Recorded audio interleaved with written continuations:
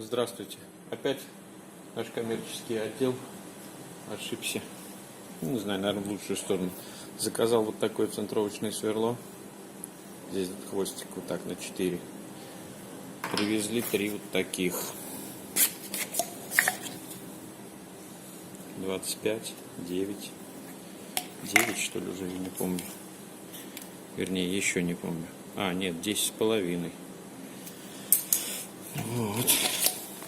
Что пришлось сделать новую центровку. Такую центровку пришлось сделать новую. Процесс изготовления показывать не буду. Он есть у Славы Петрова. Здесь сделаем маленький запил. И шарик.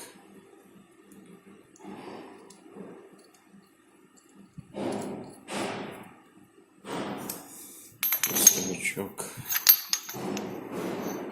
Единственное отличие, что лучше делать не конечный конус Морзе, а вот, например, тут 4, потому что вот первую сделал и приходится беречь. Вставляю, храню в пластмассовом таком футляре. А здесь уже попроще. Вот такая центровка. Такие центровочные отверстия. Слишком великоваты. Ну, сказали, заказывай то, что заказывал, купим. Ну и эти останутся. Неплохо, в принципе. Такие дела.